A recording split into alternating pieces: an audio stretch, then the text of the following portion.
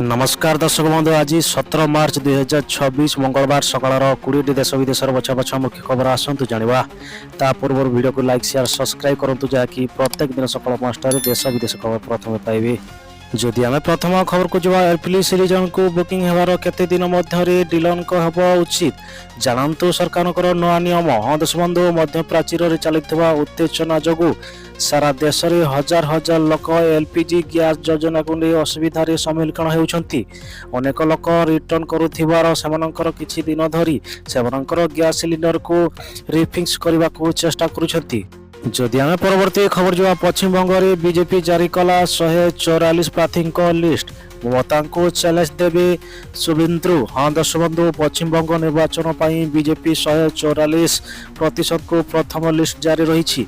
BJP Suvendu अधिकारी दिलीप घोषों को ticket रही।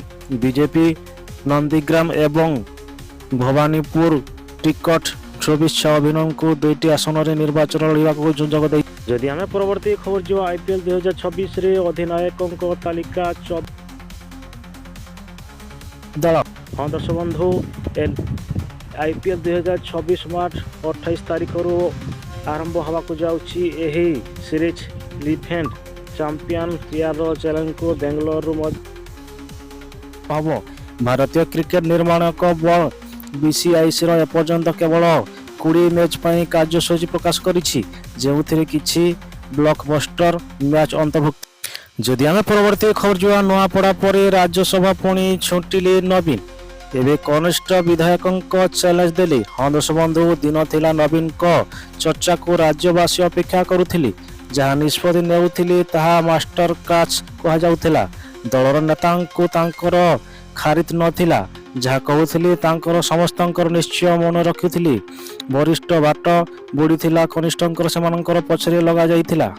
जदि आम परवर्ती खबर जो डीजे शब्द रे कुकुड़ा मर्डर 1.5 लाख टंकार क्षतिपूरण मागिले मालिक। हाँ दर्शक बंधु थर थाना गोपीनाथपुर पंचायत दिगबंध ग्रामर बाहरी प्रशासन बेले डीजे शब्द रे लक्षाधिक टंकार व्यवसाय कुकुड़ा मर्डर होता जनापड़ी। डुंगामा ग्रामर मनोरंजन बेहेरा देगी भुआरा ग्रामर मानस बारिकों कुकुड़ा फार्म को।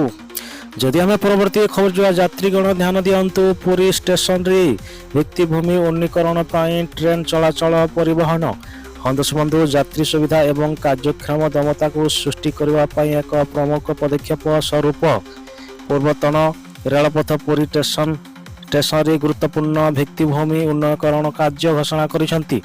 एही कार्य स्टेशन वार्कडर बालेजिन्स ट्रैक निर्माण एक प्लाटफर्म नंबर 7 एवं 8 रो विकास को मूलक कार्य अंतर्भुक्त। जदि आम परवर्ती खबर को जो कमिब दिन तापमात्रा तातीर मिल आश्वस्ति 22 राज्य में हालुकर मध्यम धारण वर्षा संभावना। हाँ दर्शक बंधु कमिब दिन तापमात्रा तातीरू मिलिव आश्वस्ति। पाणीपाग विभाग को पूर्वानुमान अनुଯାयी आगामी 5 दिन जाई तातीरू सामान्य आश्वस्ति मिलिव। दिन में तापमात्रा 3 ରୁ 5 डिग्री कमी रहिबो। 22 तारीख जाए राज्य में किछि स्थान रे हालुकर मध्य धारणा वर्षा हबार संभावना रही।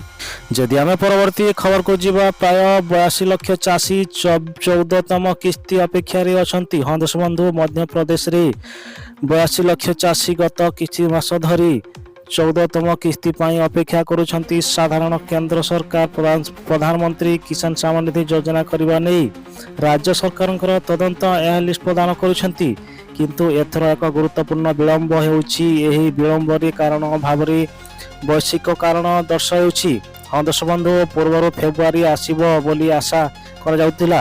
राज्य सरकार किसान योजना आवश्यकता बजेट व्यवस्थापना करिसेंती।